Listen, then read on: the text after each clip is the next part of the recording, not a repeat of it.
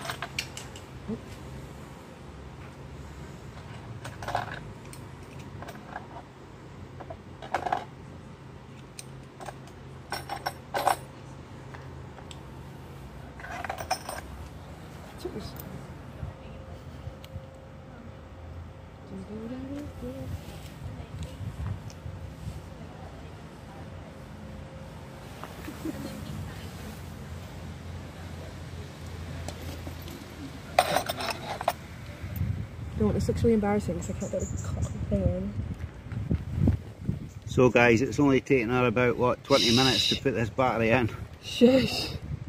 The day's running out. Literally been like 2 minutes. So the bike itself, guys, is a Mutt Mongrel 125. An ideal little learner bike. Quite cool. A little bit of a retro look to it. I like the grips as well. But as well as being retro, it's got quite a few little additions on this bike, like the headlight guard and stuff like that. Just makes it look a little bit cooler. I like the tyres as well. I like the tyres. Oh, it just completely cut black and then make a weird, like, as if something wasn't catching sound. So I literally don't know what it was. Oh well, fix then. Right, so just to let you all see this, we've put the battery in. Amber, if you want to turn her over.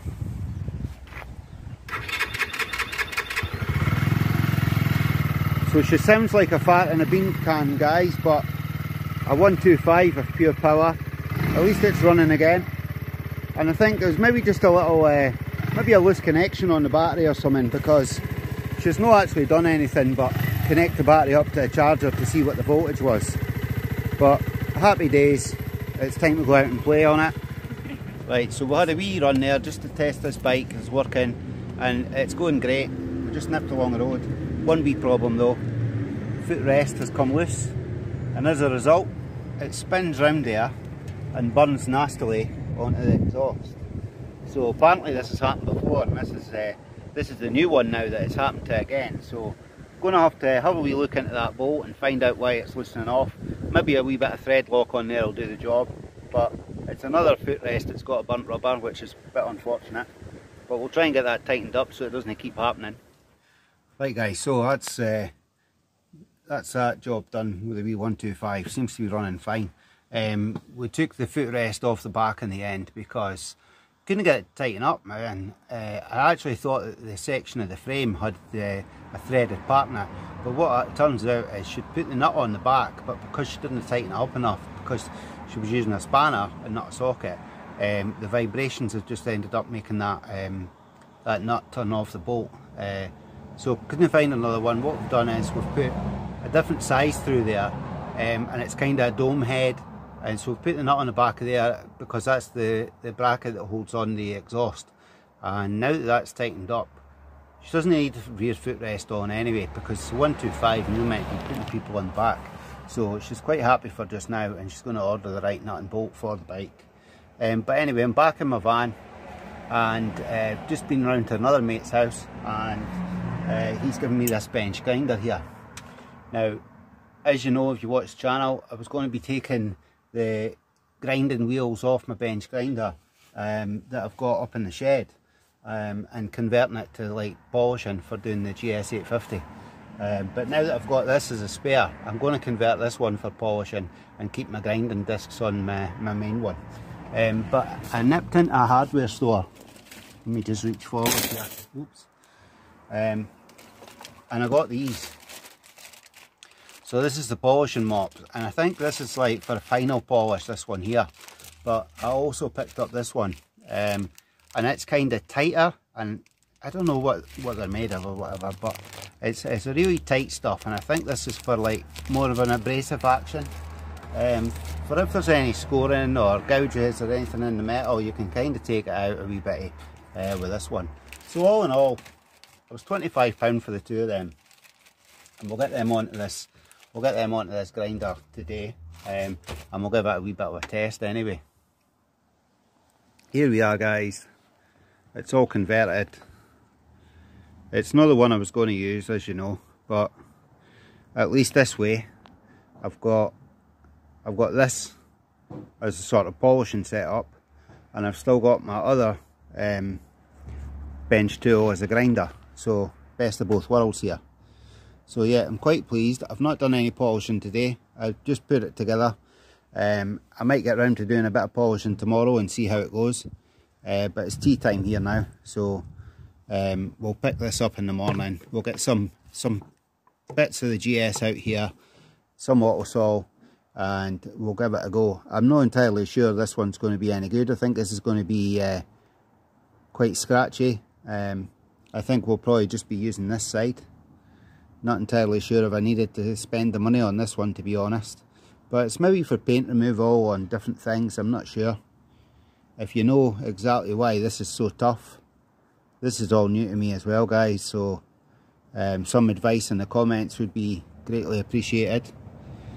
But like I say, we'll give it a wee test tomorrow and see how it goes anyway.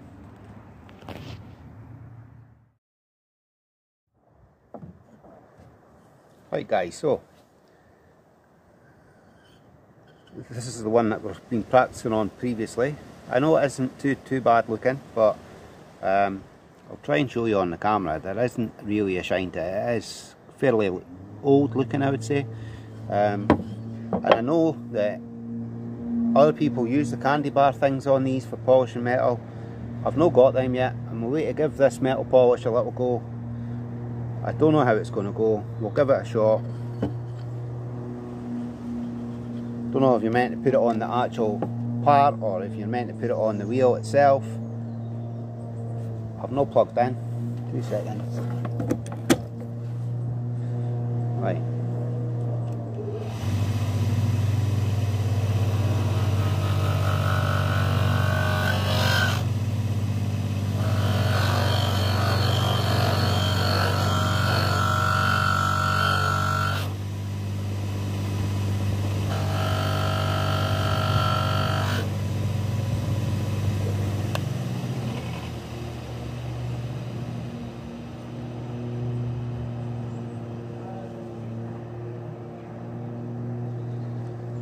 Right guys, so first little attempt there, and you can see the difference in that already. So I think then I'm just going to stick with this method for now. Obviously the cut and pastes would be a lot better. I will get them ordered up. I thought I had some in my shed, but I've obviously thrown them out by accident. So we'll crack on with this metal polish, give this bit a clean up as best we can. I did notice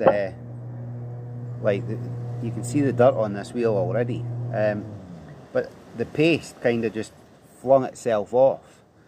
So I maybe be better running some paste into the wheel there.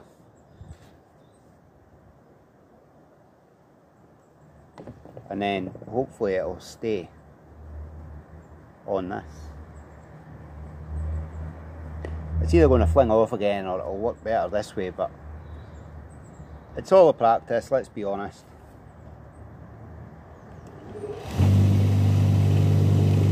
Yeah, it went off.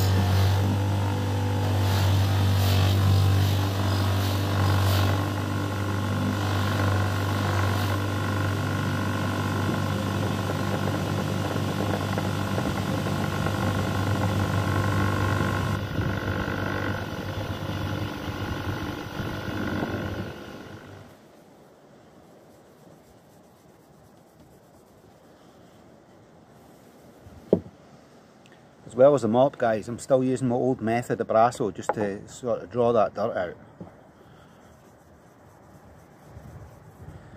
Like, this is actually a really good sort of tool for doing this. Some of the black spots, you can actually just see them wiping off with this wool.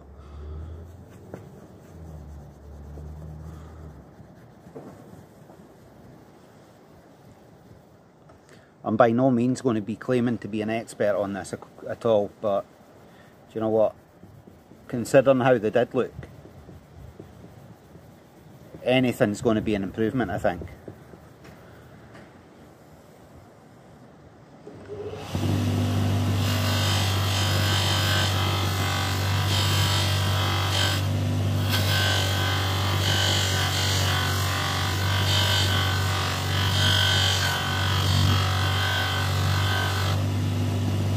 I don't know if that shows up just how well it's coming.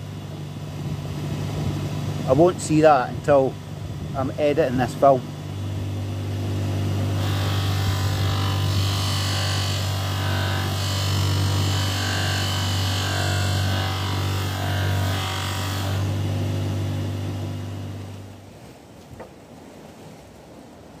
Right, so still quite a bit of work to do here, guys, but it's not the finished project by any means, but for just using this auto saw and a wee rubber Brasso, I think the difference speaks for itself. And what I'm going to do is, I'm just going to crack on and keep doing it, but I think I will order some of the candy bars that you get for the polishing compounds, and a little bit, because there's a few nicks and knocks on this, a little bit of wet and dry, try and smooth it all out. Probably something around the sort of 1200 grit or something like that. I did get some sandpapers, but it's too heavy, it just scores everything so much. So a little bit of a finer grit, nice smooth, wet and dry, just to try and get rid of some of these scratches before the final polish. For now though, guys, I'd like to finish the video here. Thank you all for watching. Please hit the like and subscribe, and I'll see you on the next video. Bye for now.